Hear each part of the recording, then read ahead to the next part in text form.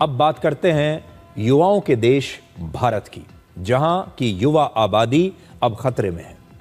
इस समय पूरी दुनिया में सबसे ज्यादा लगभग 38 करोड़ जेन जी भारत में है। लेकिन अब ऐसा लगता है कि अगले कुछ दशकों में भारत बुजुर्गों का देश बनकर रह जाएगा, क्योंकि हमारे देश में टोटल फर्टिलिटी रेट में एक बहुत बड़ी गिरावट आई है और यह भारत के इतिहास में अब तक सबसे कम टोटल फर्टिलिटी रेट है। एक तरह से आप कह सकते हैं कि भारत में जनसंख्या वृद्धि की रफ्तार अब इस समय सबसे कम हो गई है। सैंपल रजिस्ट्रेशन सिस्टम की नई रिपोर्ट के मुताबिक भारत की टोटल फर्टिलिटी रेट घटकर अब 1.9 पर आ गई है। ये हमारी जनसंख्या के रिप्लेसमेंट लेवल जो कि 2.1 है, 2.1, उससे काफी कम है। रिप्लेसमेंट लेवल का मतलब होता है कि हर महिला औसतन 2.1 बच्चों को जन्म देती है, ताकि जितने लोग आज हमारे पास हैं अगली पीढ़ी में भी लगभग उतने ही नए लोग बने रहेंगे। जितने लोग आज हमारे पास हैं, जितने लोगों की मृत्यु हो रही है, उतने ही लोग आगे चलकर जन्म भी लेंगे। और इसीलिए हमारी जो टोटल फर्टिलिटी रेट है वो 2.1 से अगर ज्यादा रहती है तो हमारी आबादी बढ़ती है। अगर ये 2.1 के बराबर रहती है तो किसी भी देश की जनसंख्या लगभग स्थिर रहती है। लेकिन अगर टोटल फर्टिलिटी रेट 2.1 से भी कम हो जाए, जो कि हमारे देश में अब हो गया है, तो आने वाले समय में जितने लोग वृद्ध होते चले जाएंगे या जितने लोगों की मृत्यु हो जाएगी, उनकी जगह लेने के लिए उतनी ही संख्या में बच्चे पैदा नहीं होंगे। यानी लोग पहले वृद्ध होंगे बड़ी संख्या में, फिर उनकी मृत्यु होगी, लेकिन उनकी जगह लेने के लिए उतने ही बच्चों का जन्म नहीं हो रहा और इससे आबादी बढ़ने की रफ्तार धीरे धीरे कम हो जाती है और कुछ दशकों के बाद जनसंख्या घटने लगती है। तो देखिए, एक जमाना था हमारे देश में जब हम अपनी बढ़ती जनसंख्या से परेशान थे। उस समय 70 के दशक में, 80 के दशक में भारत की सरकार कितनी ज्यादा योजनाएं लेकर आती थी और लोगों से कहती थी कि कम बच्चे पैदा करो, क्योंकि हमारी जनसंख्या बढ़ रही है। आज पूरे विश्व में हम जनसंख्या के मामले में नंबर 1 पर हैं। लेकिन अब उस जनसंख्या पर एक तरीके से आप समझिए कि एक फुल स्टॉप लग रहा है और अब कुछ समय के बाद हमारी जनसंख्या कम होनी शुरू हो जाएगी। तो इस समय टोटल फर्टिलिटी रेट पूरे देश में हमारी राजधानी दिल्ली में सबसे कम है और दिल्ली का जो टोटल फर्टिलिटी रेट है यह फिनलैंड और अमेरिका जैसे देशों से भी कम है, जबकि बिहार में इस समय सबसे ज्यादा है। पश्चिम बंगाल, केरल और पंजाब जैसे राज्यों में टोटल फर्टिलिटी रेट बहुत नीचे है, बहुत कम है, जबकि उत्तर प्रदेश और मध्य प्रदेश जैसे राज्यों में टोटल फर्टिलिटी रेट काफी बेहतर है। हर राज्य में कितना है आप देखते रहिए। तो बिहार, उत्तर प्रदेश, मध्य प्रदेश, राजस्थान, झारखंड यहां ठीक है, लेकिन दिल्ली, पश्चिम बंगाल, तमिलनाडु, केरलम और पंजाब जैसे राज्यों में फर्टिलिटी रेट बहुत कम आ गया है। इस समय हमारे देश के गांवों में टोटल फर्टिलिटी रेट शहरों के मुकाबले बेहतर है।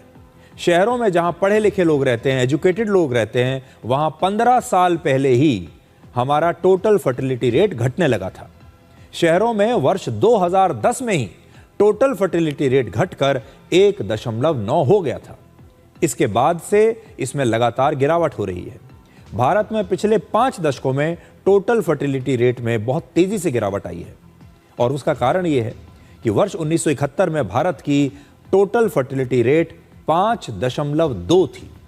सोचिए, 5.2। इसका मतलब है कि औसतन एक महिला 5 से ज्यादा बच्चों को जन्म दे रही थी। यह आप देखिए 1971 का मैं आंकड़ा आपको दिखा रहा हूं। फिर 1981 में यह घटकर हो गया 4.5, यानी औसतन हमारे देश की एक महिला 4.5 बच्चों को जन्म दे रही है। और फिर 1991 में यह और घटकर रह गया 3.6। भारत में टोटल फर्टिलिटी रेट घटने के कई कारण हैं। आज बच्चों की परवरिश करना पहले की तुलना में काफी खर्चीला हो चुका है, इतना आसान नहीं है। शिक्षा और स्वास्थ्य जैसे जरूरी खर्च पिछले कुछ दशकों में कई गुना बढ़ चुके हैं। इसी वजह से अब लोग बड़े परिवार की बजाय छोटे परिवार को प्राथमिकता देते हैं। साथ ही अब बड़ी संख्या में लोग पढ़ लिख गए हैं, एजुकेटेड हैं, और जैसे जैसे आप पढ़ने लिखने लगते हैं आपकी सोच भी बदलने लगती है। तो जैसे जैसे भारत में लोग शिक्षित हो रहे हैं, अब वो छोटा परिवार रखना चाहते हैं, बड़ा परिवार नहीं रखना चाहते।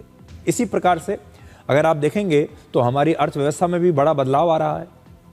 पहले हमारी जो अर्थव्यवस्था थी, हम एक कृषि प्रधान देश हुआ करते थे। उस समय एक परिवार में ज्यादा लोगों की आवश्यकता पड़ती थी खेती बाड़ी करने के लिए, उस प्रकार के काम करने के लिए एक परिवार में आपको ज्यादा लोग चाहिए होते थे। अब वो सब बदल गया है। अब आप भारत का पॉपुलेशन पिरामिड चार्ट देखिए। इससे पता चलता है कि भारत में 0 से लेकर 9 वर्ष के बच्चों की जनसंख्या कम है और भारत में बच्चों का जन्म अब पहले के मुकाबले कम हो रहा है। ऐसे में टोटल फर्टिलिटी रेट का घटना हमारे लिए चिंता की बात है। हमारे देश में 15 से 29 साल के बीच के युवाओं की संख्या इस समय सबसे ज्यादा है। इसके अलावा 30 से 34 वर्ष की उम्र के लोगों की संख्या भी हमारे देश में काफी ज्यादा है। आप अपनी स्क्रीन पर देखिए। इस समय भारत की 66% आबादी, 66% आबादी 15 साल से लेकर 59 साल के बीच की है। आज भारत के पास दुनिया की सबसे बड़ी युवा आबादी है, लेकिन यही युवा आबादी हमेशा युवा नहीं रहेगी। आज जो व्यक्ति 25 साल का है, आज से 25 साल के बाद वो 50 साल का हो जाएगा।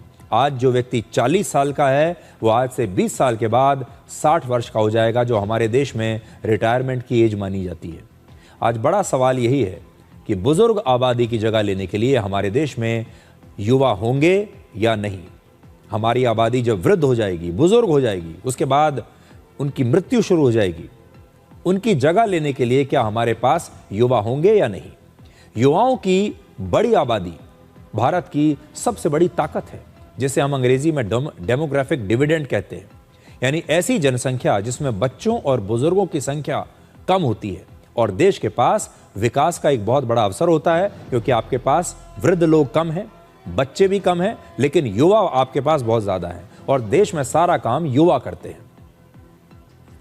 इतिहास में कुछ अवसर बार बार नहीं आते और ये जो डेमोग्राफिक डिविडेंड का जो अवसर हमारे पास आया, ये भी एक वैसा ही अवसर है। लेकिन जिस तरीके से टोटल फर्टिलिटी रेट हमारे देश में तेजी से कम हो रही है, ये चिंता में डालने वाली बात है। क्यों, वो भी आपको बताएंगे। वो इसलिए क्योंकि भारत के लिए टोटल फर्टिलिटी रेट का घटना एक प्रकार से एजिंग बिफोर रिच होना है। अंग्रेजी में इसको कहेंगे एजिंग बिफोर रिच, यानी अमीर बनने से पहले ही बूढ़ा हो जाना। आप भी अपने निजी जीवन में सोचते होंगे कि इससे पहले कि आप बूढ़े हो जाएं, वृद्ध हो जाएं, आप अपने जीवन में सब कुछ अच्छा कर लेना चाहते हैं। आप अपने जीवन में पैसा कमा लेना चाहते हैं। सबकी इच्छा है कि इससे पहले कि आप बूढ़े हो जाएं, उससे पहले आप अमीर बन जाएं। देशों के साथ भी ऐसा ही होता है। आज से कुछ दशक पहले तक फिनलैंड, नॉर्वे, दक्षिण कोरिया, अमेरिका, जापान, इन देशों की स्थिति भी ऐसी ही थी। और आज भी अगर आप देखेंगे तो दक्षिण कोरिया, जापान, चीन, ये सारे वो देश हैं जहां पर इसी प्रकार की स्थिति है कि वहां पर काम करने के लिए लोग अब कम हो रहे हैं। तो इनकी स्थिति भी एक टाइम में भारत के जैसी थी और वहां पर भी पहले युवा आबादी अच्छी थी और धीरे धीरे युवा कम होने लगे और फिर वृद्ध लोग बढ़ने लगे। लेकिन अब इन देशों की एक बड़ी आबादी बुजुर्ग हो चुकी है। ये सभी देश हमसे इसलिए अलग हैं क्योंकि ये बूढ़े होने से पहले ही विकसित देश बन चुके थे। ये सारे देश वो हैं जो पहले ही अमीर बन चुके हैं। अगर इन देशों को अगर आप देखेंगे तो ये अमीर भी हैं और विकसित भी हैं। लेकिन इस समय भारत के कुछ राज्यों का total fertility rate Finland, Norway और अमेरिका जैसे देशों से भी कम हो चुका है। भारत के राज्यों और दुनिया के कुछ विकसित देशों के साथ टोटल फर्टिलिटी रेट की तुलना आपकी स्क्रीन पर हम आपको दिखा रहे हैं। इसमें से देखिए, चीन भी एक बड़ा देश है।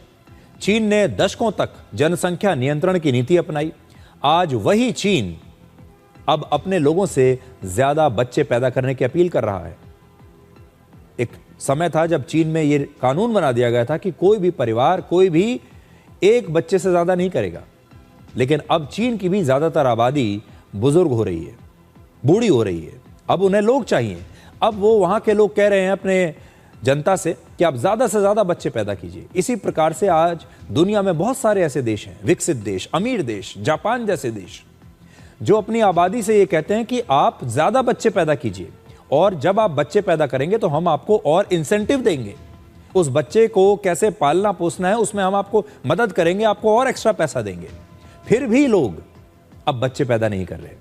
भारत आज भी एक विकासशील देश है, हम विकसित देश नहीं बने हैं और हमने 2047 तक विकसित देश बनने का लक्ष्य रखा है।